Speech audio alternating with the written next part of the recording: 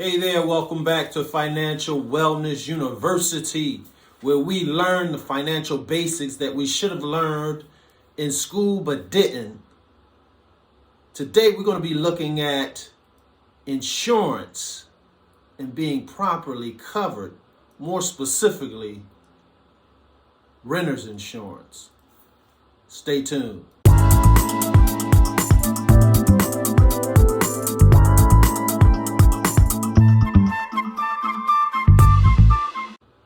Thanks for watching Financial Wellness University. And today we're going to be looking at renter's insurance. If you haven't done so already, please subscribe to the channel so that you will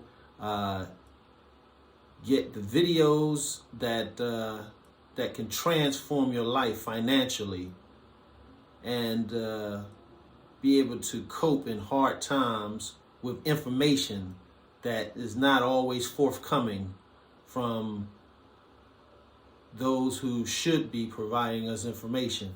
So also, in addition to subscribing, if you hit that little bell, that will let you know exactly when the video comes. And also like, because the more likes we get, the more this video is going to be broadcast throughout YouTube. So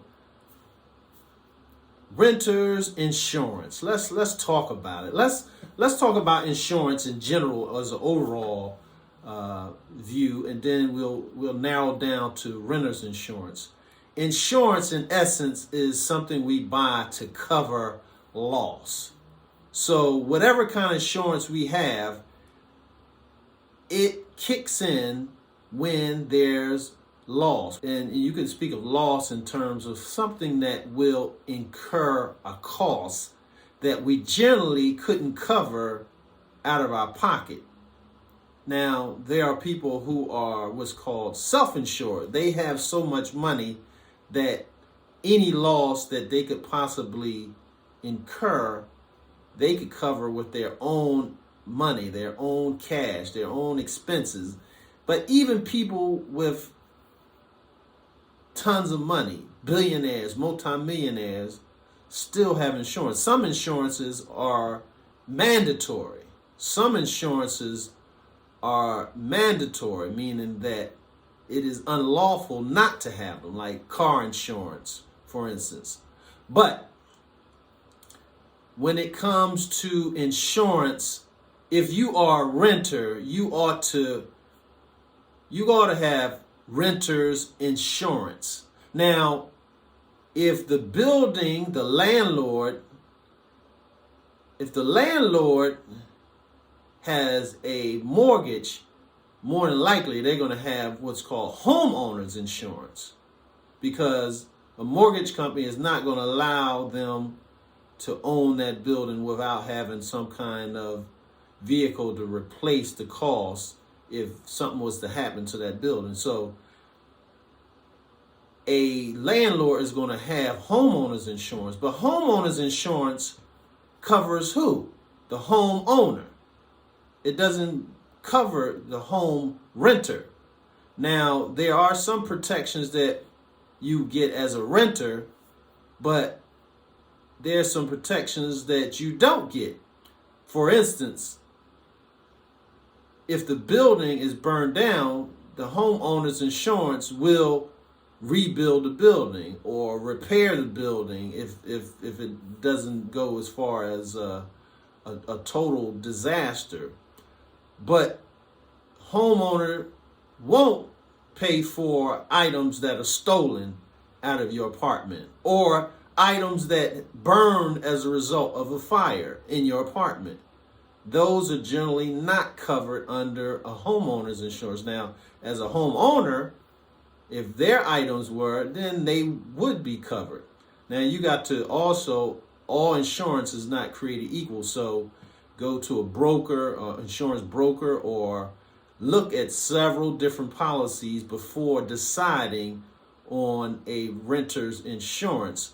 But basically, your renter's insurance is going to help you with theft and fire. Those are the big ones, because if your items are destroyed through a fire, you want to be able to recuperate those costs.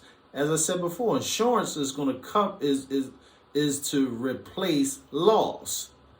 We lose something in a fire or as a result of a theft or vandalism, we want it to be replaced. And we shouldn't have to replace that with our own funds. Now, a lot of times people go into apartments. Now, I'm sure if you're not renting, but I'm sure you know someone who is. And it's important for them to know that renter's insurance is available. Don't assume that you're covered by the landlord. No, there's some things that are not covered, and the cost for many times is very minimal compared to the amount of coverage that you're going to get, as opposed to trying to fund all the loss yourself, which, as I teach in the 7 phases of financial wellness, phase 4 is protect. You have to have measures in place to protect your wealth, because if you don't protect it, any catastrophic event, any event that takes a whole lot of money out of your pocket is going to diminish your overall wealth. And if you keep allowing your wealth to be diminished, you won't have wealth. So you have to put things in place to protect you. And renter's insurance is one of those things. So again, insurance is one of the main ways that we protect ourselves, protect our wealth, protect the growth of our wealth by having something in place that if we experience a loss, it replaces the things that we lost without having to go into our own pocket to a strong degree. Now, there's what's called a deductible on a lot of insurances, where you pay the first amount and anything beyond that is on the insurance company. Like in a homeowner's insurance, you can have a $100 deductible, a $500 deductible, $1,000. So, of course, the higher the deductible, the lower the insurance, because that means for the insurance company, well, we're going to charge you less if the less that we're responsible for, the less we're going to charge you.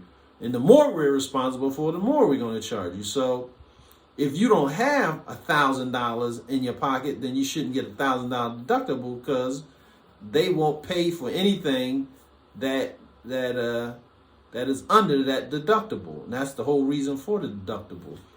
So keep that in mind. But if you are a renter or you know someone who rents, encourage them to have renter's insurance so they'll be protected. I hope this was helpful. If it was, give me a like, subscribe, hit the bell so that you won't miss a video. And thank you for watching this video, and God bless.